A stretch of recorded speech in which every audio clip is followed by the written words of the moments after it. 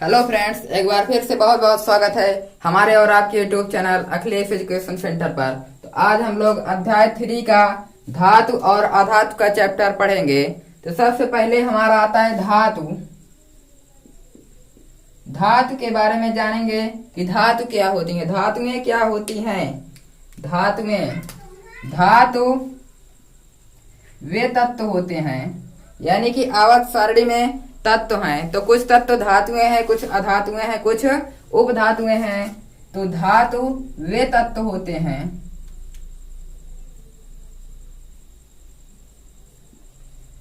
जो अपने परमाणुओं में से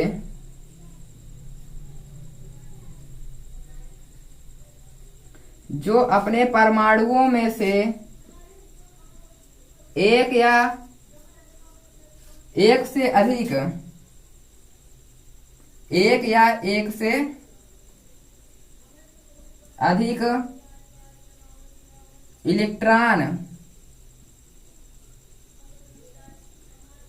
त्याग कर धनायन बनाने की प्रवृत्ति रखते हैं। धातु वे तत्व होते हैं जो अपने परमाणुओं में से एक या एक से अधिक इलेक्ट्रॉन त्याग कर धनायन बनाने की प्रवृत्ति रखते हैं।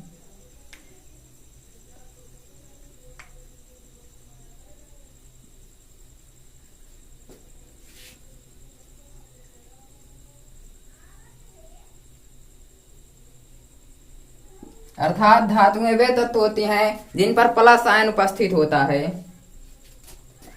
जैसे कि सोडियम है, तो ये एक इलेक्ट्रॉन त्याग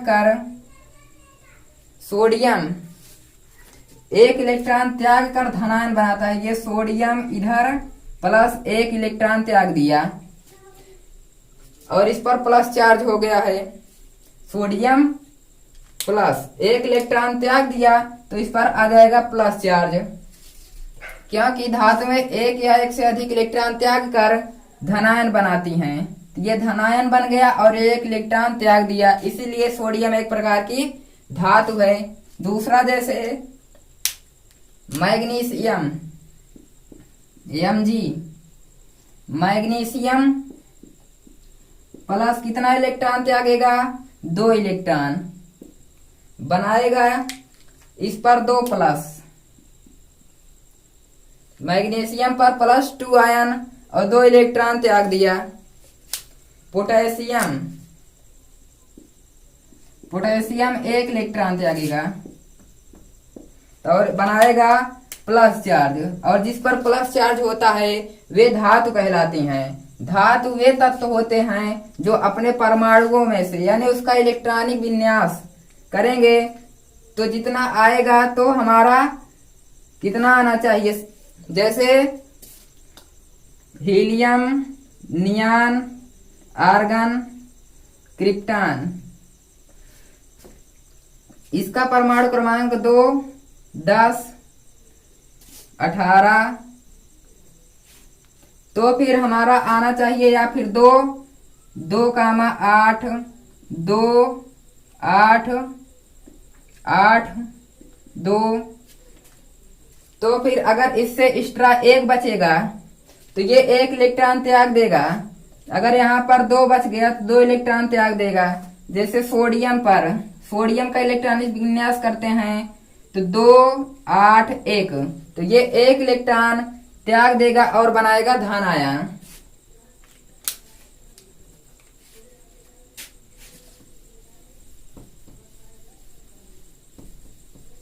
अब हम देखेंगे अधातु के बारे में।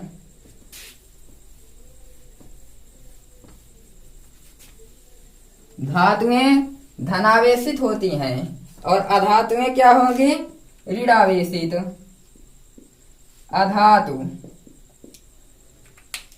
को हम क्या लिखेंगे?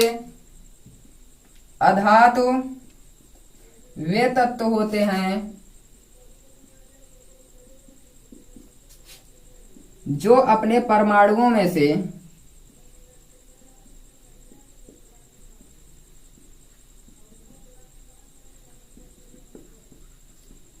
एक या एक से अधिक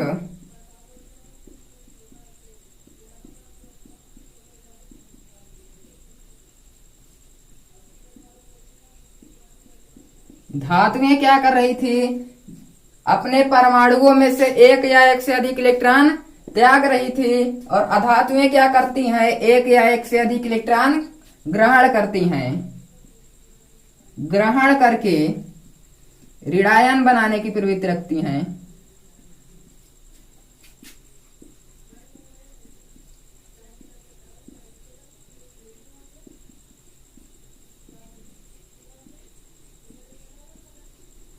अर्थात अधातुएं ऋणावेशित होती हैं। धातुएं तो इलेक्ट्रॉन त्याग कर धनावेशित हो जाती थी, और अधातुएं क्या होती हैं, ऋणावेशित। जैसे कि क्लोरीन, क्लोरीन पर क्या होगा, एक इलेक्ट्रॉन ग्रहण करेगा, त्यागेगा तो तीर के उस पार त्यागेगा और ग्रहण करेगा। तो यहाँ पर एक इलेक्ट्रॉन ग्रहण किया और बन गया क्या, क्लोरीन माइनस आयन। तो ये ऋणावेशित हो गई। तो जिस पर ऋणावेश होता है वे अधातु होती हैं। जैसे ब्रोमीन, एक इलेक्ट्रॉन ग्रहण किया, बन गया ब्रोमीन माइनस आयन। और ऑक्सीजन, दो इलेक्ट्रॉन ग्रहण किया, ऑक्सीजन का परमाणु क्रमांक होता है 8, ऑक्सीजन का 8 होता है। तो 8 का इलेक्ट्रॉनिक विन्यास करेंगे 2,6, तो 8 होने में यहाँ पर 2 कम हो रहा है, तो इसीलिए ये 2 इलेक्ट्रॉन ग्रहण करके अपना अष्टक पूरा करेगा। अष्टक पूरा करने के लिए 2 इलेक्ट्रॉन की कमी है, तो 2 इलेक्ट्रॉन को ग्रहण करेगा और बनाएगा O-2 आयन।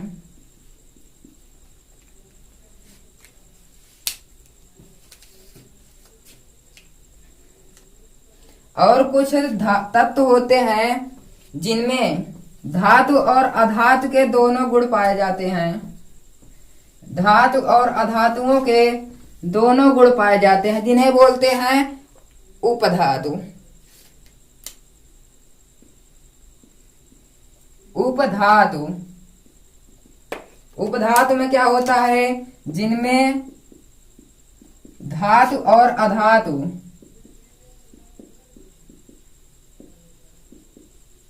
दोनों के गुण पाए जाते हैं।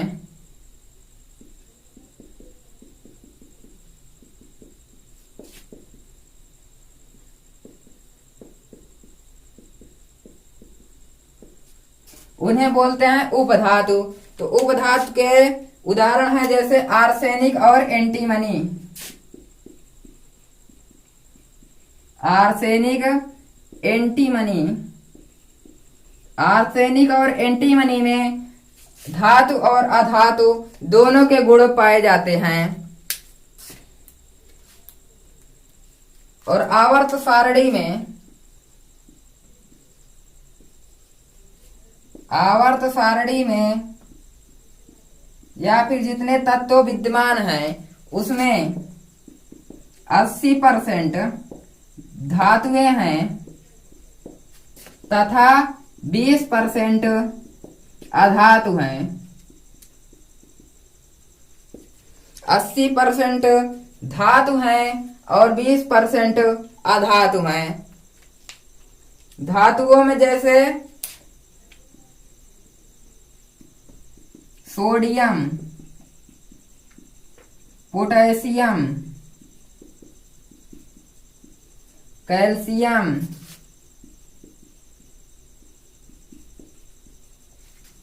सोना, चांदी, कॉपर, ये सभी धातु हैं आदि।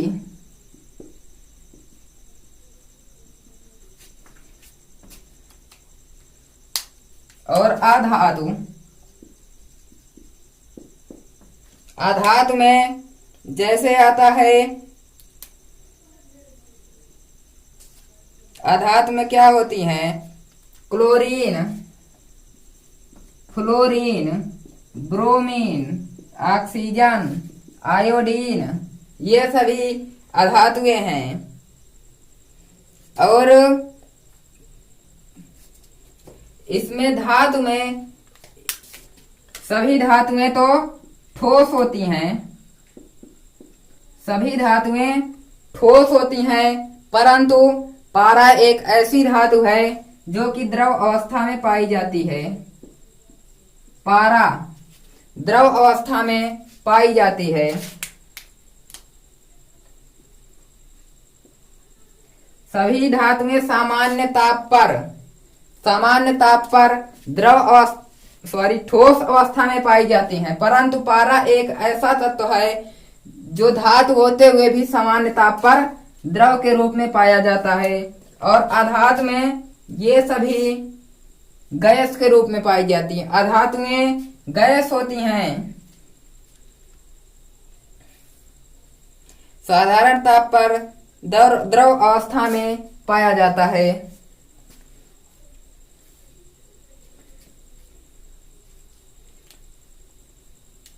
और एक ये ब्रोमीन है। अधातुएं तो सभी गैस अवस्था में पाई जाती हैं और ब्रोमीन जो है साधारण ताप पर द्रव अवस्था में पाया जाता है।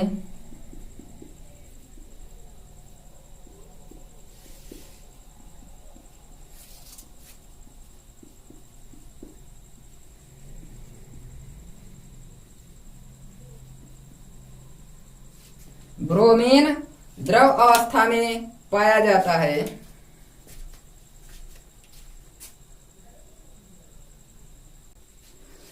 अधातुओं में क्या होता है, ये अधातुएं कुछ ठोस अवस्था गैस अवस्था में और कुछ ठोस अवस्था में पाई जाती हैं, परंतु ये एक ऐसा तत्व है जो कि साधारण ताप पर द्रव अवस्था में पाया जाता है। आगे अब हम देखेंगे धातुओं और अधातुओं में अंतर।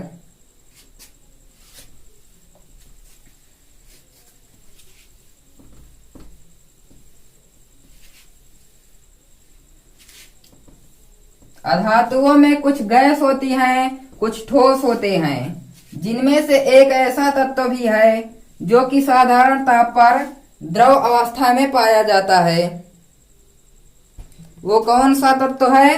ब्रोमीन। अब हम देखेंगे धातु अधातु में अंतर।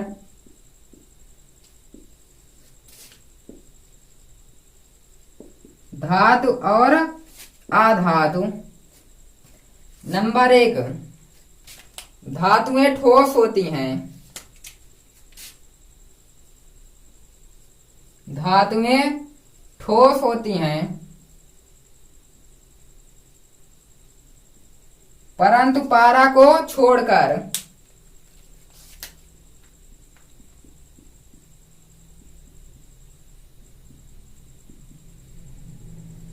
सभी धातुएं ठोस होती हैं पारा को छोड़कर।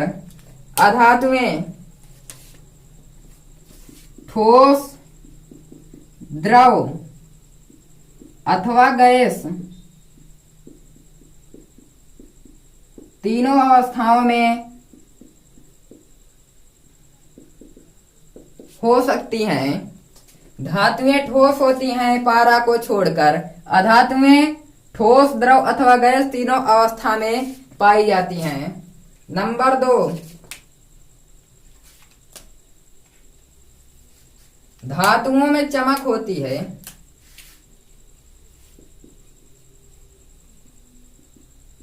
धातुओं में चमक होती है।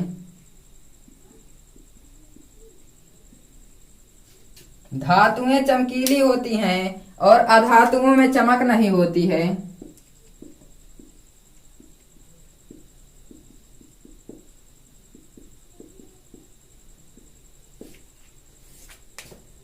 धातुएं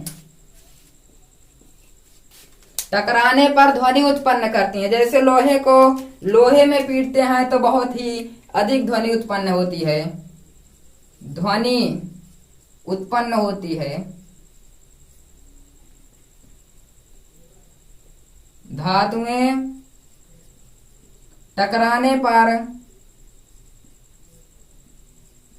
ध्वनि उत्पन्न करती हैं।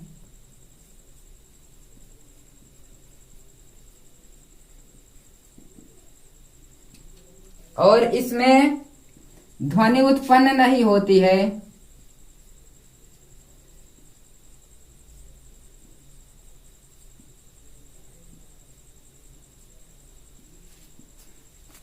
धातुओं में तन्यता होती है।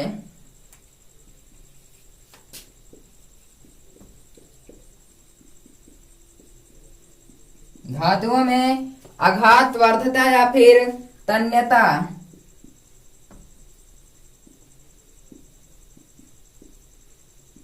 यानी कि इसको हम पीट कर तान सकते हैं। सोने के 1 ग्राम तार में 2 किलोमीटर लंबा तार बना सकते हैं। यानी अगर सोने को हम 1 ग्राम ले लें तो उससे हम 2 किलोमीटर लंबा तार बना सकते हैं। और अधातुओं में तन्यता नहीं होती है।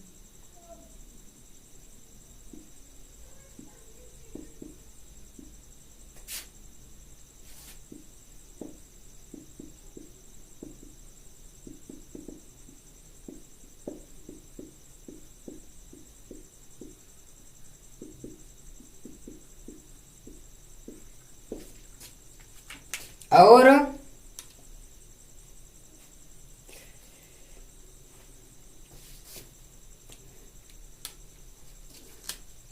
इसमें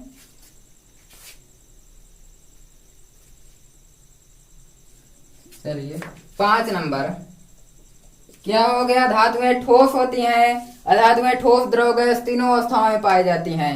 अर्थात अधातुएं ठोस यानी भंगुर होती हैं। उनको हम पीटेंगे तो चूर हो जाएंगी। जैसे कोयले को हम पीटेंगे तो वो चूर हो जाएगा। और इसमें हम लोहे को पीटते हैं तो फैलता है, यानी उसमें तन्यता होती है और पीटने पर ध्वनि उत्पन्न होती है और चमक भी होती है। अधातुओं में चमक नहीं होती है, ध्वनि उत्पन्न नहीं होती है। अधातुओं में तन्यता नहीं होती है। इसको हम धातुओं के गुण के बारे में भी बता सकते हैं, अधातु के गुण भी बता सकते हैं इसको। और है सभी धातु विद्युत और ऊष्मा के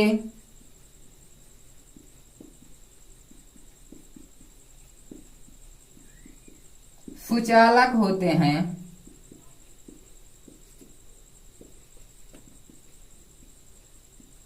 और अधातुएं ग्रेफाइट तथा कार्बन क्या है, ग्रेफाइट तथा गैस कार्बन के अतिरिक्त ग्रेफाइट, जो ग्रेफाइट की छड़ होती है, ग्रेफाइट और गैस कार्बन के अतिरिक्त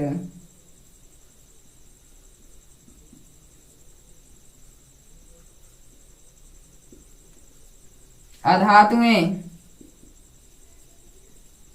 विद्युत और ऊष्मा के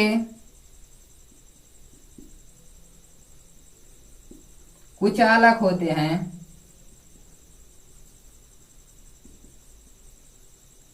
और कोई अंतर है?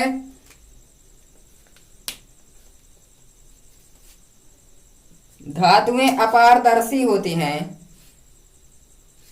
धातुएं अपारदर्शी होती हैं।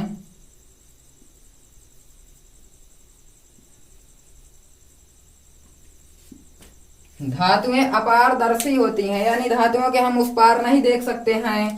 और अधातुएं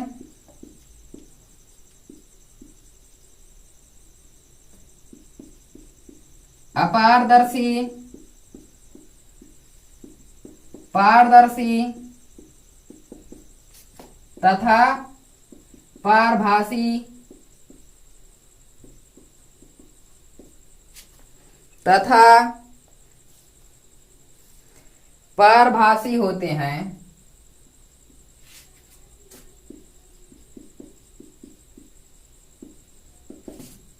ये हो गया धातु और अधातु के गुण, यानी कि ये भौतिक गुण के बारे में हम इसको कह सकते हैं।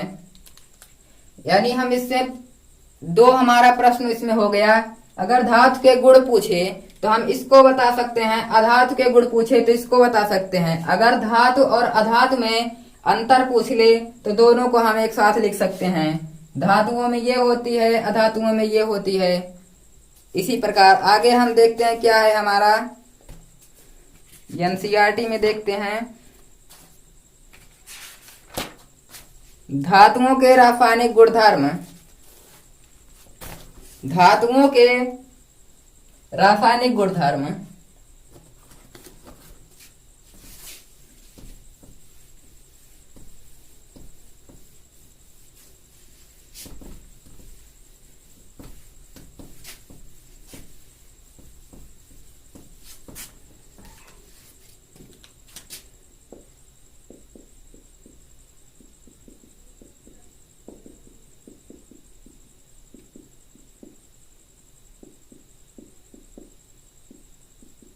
धातुओं के रासायनिक गुणधर्म। नंबर 1, धातुओं को वायु में दहन करने पर, धातु को वायु में दहन करने पर,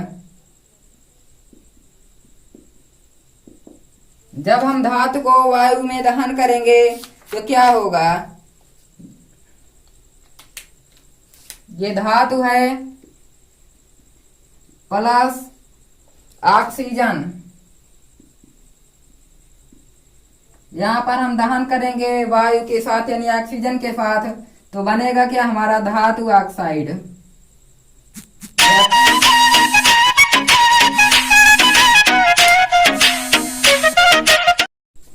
धातुओं को ऑक्सीजन के साथ जब अक्रिया कराएंगे तो बनेगा हमारा धातु ऑक्साइड।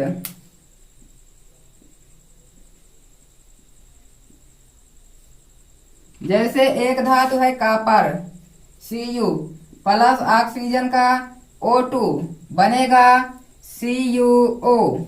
इधर 2 से गुणा है तो इधर भी 2 से गुणा करेंगे तो 2 से इधर गुणा तो समीकरण संतुलित हो जाएगा, CuO क्यूप्रस ऑक्साइड या फिर कॉपर ऑक्साइड। Copper oxide. आगे है एक एल्युमिनियम, Al एल्युमिनियम धातु है, ऑक्सीजन के साथ दहन करेंगे यानी ऑक्सीजन से ही दहन करते हैं वायु में दहन करने पर, ऑक्सीजन की उपस्थिति में, तो बनेगा हमारा Al2O3 क्योंकि एल्युमिनियम पर +3 आयन, ऑक्सीजन पर -2 आयन, तो ऑक्सीजन 3 हो गया 3, तो इधर 2 से गुणा कर देंगे, 3 दूनी 6, तो 2 दूनी 4, तो 4 से गुणा, समीकरण संतुलित हो जाएगा। और ए से धातु ऑक्साइड,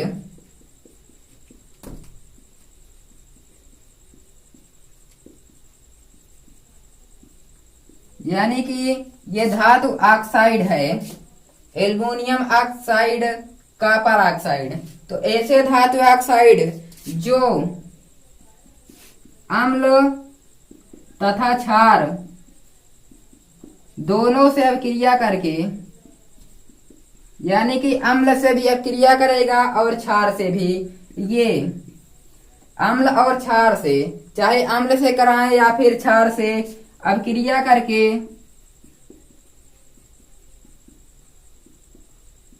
लवण तथा जल बनाते हैं,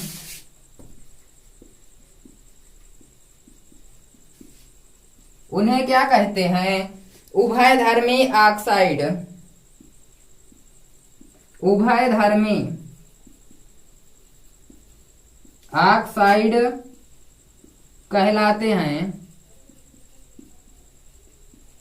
यानी कि ऐसा धातु ऑक्साइड, यहाँ पर उभयधर्मी ऑक्साइड आया है, उभयधर्मी ऑक्साइड, तो ऐसा धातु ऑक्साइड, क्या चीज? धातु ऑक्साइड जो अम्ल या फिर क्षार से क्रिया करके लवण तथा जल बनाए, और कोई तत्व या फिर अम्ल और क्षार अपक्रिया करते हैं तो परस्पर अगर अपक्रिया करते हैं तो लवण जल बनाते हैं, तो उसे उदासीनीकरण अपक्रिया कहते हैं। और इसमें धातु ऑक्साइड है और लवण तथा जल बना रहा है, तो उसे बोलेंगे उभयधर्मी ऑक्साइड, यानी उभय दोनों से अपक्रिया कर रहा है और लवण जल बना रहा है। जैसे है एल्युमिनियम ऑक्साइड, ये लेते हैं Al2O3 किससे अब क्रिया करेगा? अम्ल से HCl बनाएगा। क्या बनाएगा? AlCl3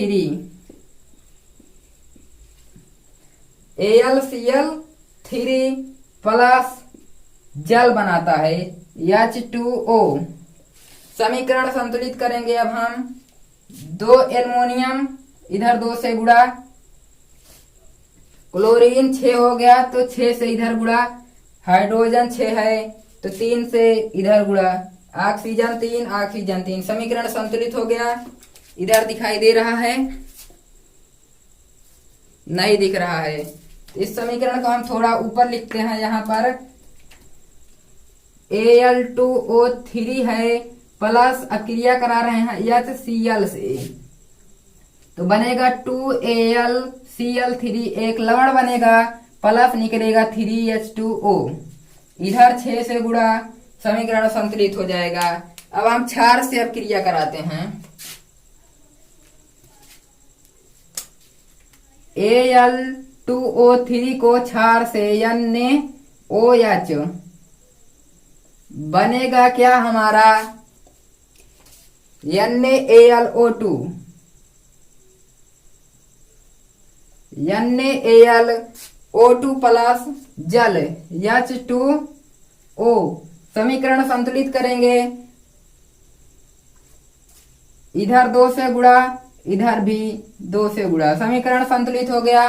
ये लवण है, ये जल है, ये लवण है, ये जल है, तो ये हमारा क्या कहलाएगा? उभयधर्मी ऑक्साइड।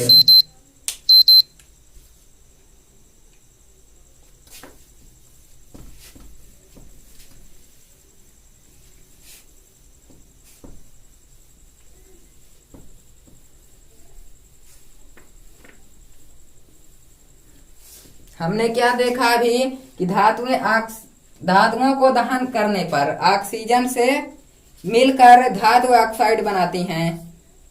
आगे है धातुएं जब जल से अपक्रिया करती हैं। नंबर 2, जल से अभिक्रिया।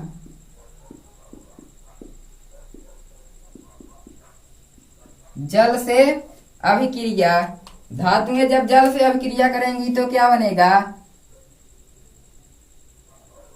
Na धातु है, कोई और धातु ले लें, जैसे कोई भी धातु हम ले लेते हैं, मैग्नीशियम या फिर सोडियम ही ले लेते हैं, प्लस जल H2O बनेगा क्या हमारा? NaOH।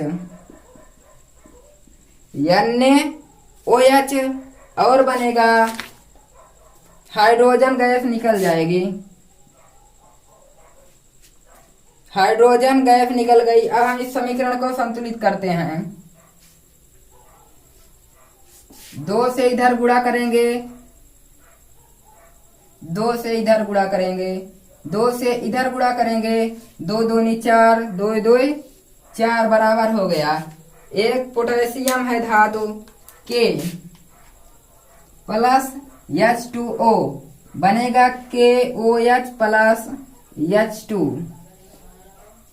इधर 2 से गुणा, इधर 2 से गुणा, इधर भी 2 से गुणा, समीकरण संतुलित हो गया। यानी कि धातुएं जल से क्रिया करके क्या बना रही हैं? धातु ऑक्साइड या फिर धातु हाइड्रोक्साइड बना रही हैं। अभी धातु प्लस जल, धातु हाइड्रोक्साइड बन रहा है।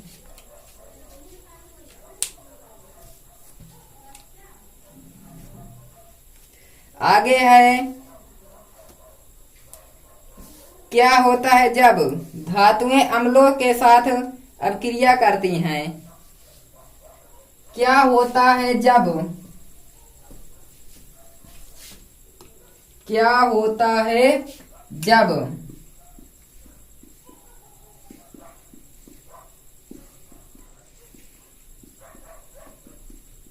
धातुएं अम्लों से अपक्रिया करती हैं?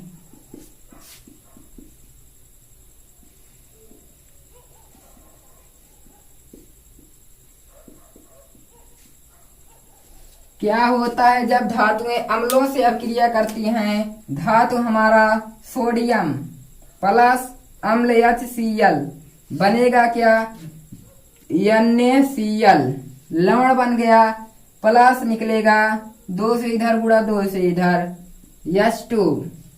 तो धातुएं अम्लों से अपक्रिया करके क्या प्रदान कर रही हैं?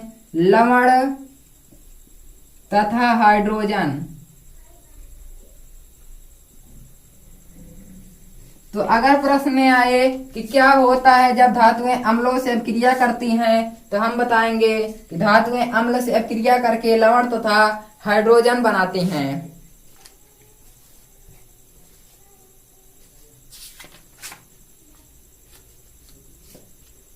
एक प्रश्न और है कि अन्य धातुएं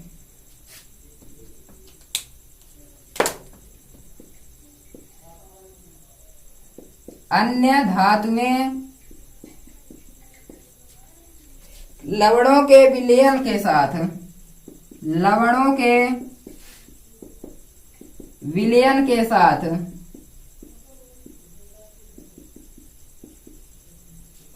लवणों के विलयन के साथ धातुएं कैसे अपक्रिया करती हैं?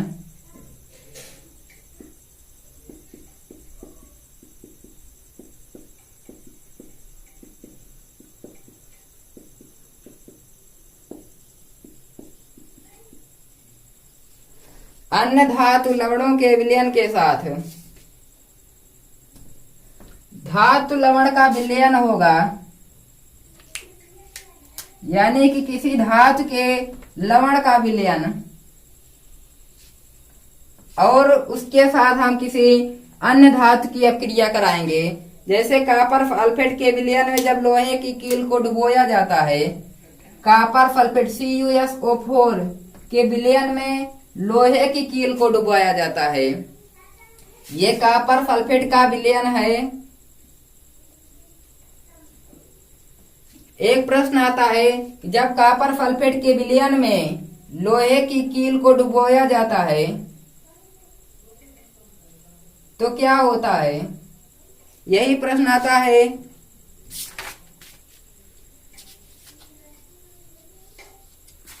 इसमें अभी नहीं मिल रहा है, परंतु ऐसा ही एक प्रश्न है, जब कॉपर सल्फेट के विलयन में लोहे की कील को डुबोया जाता है तो कॉपर विस्थापित क्यों हो जाता है?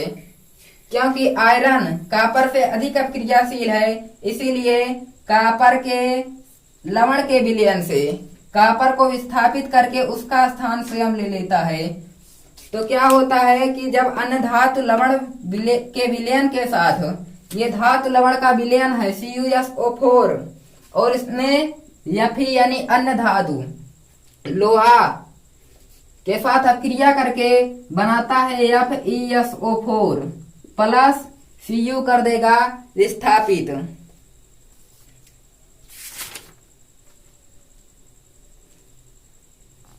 यही है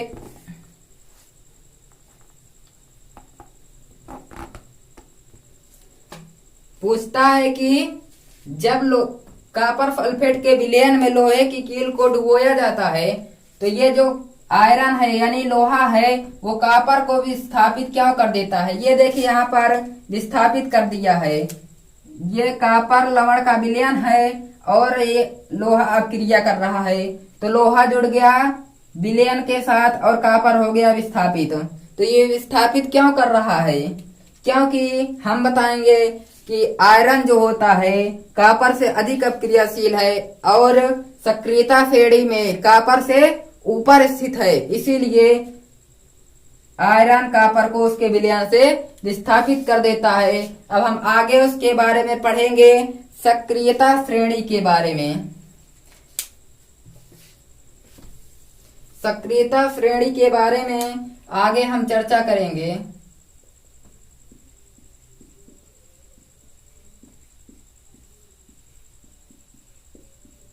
सक्रियता श्रेणी के बारे में अगला वीडियो आएगा। अभी के लिए thanks for watching my video.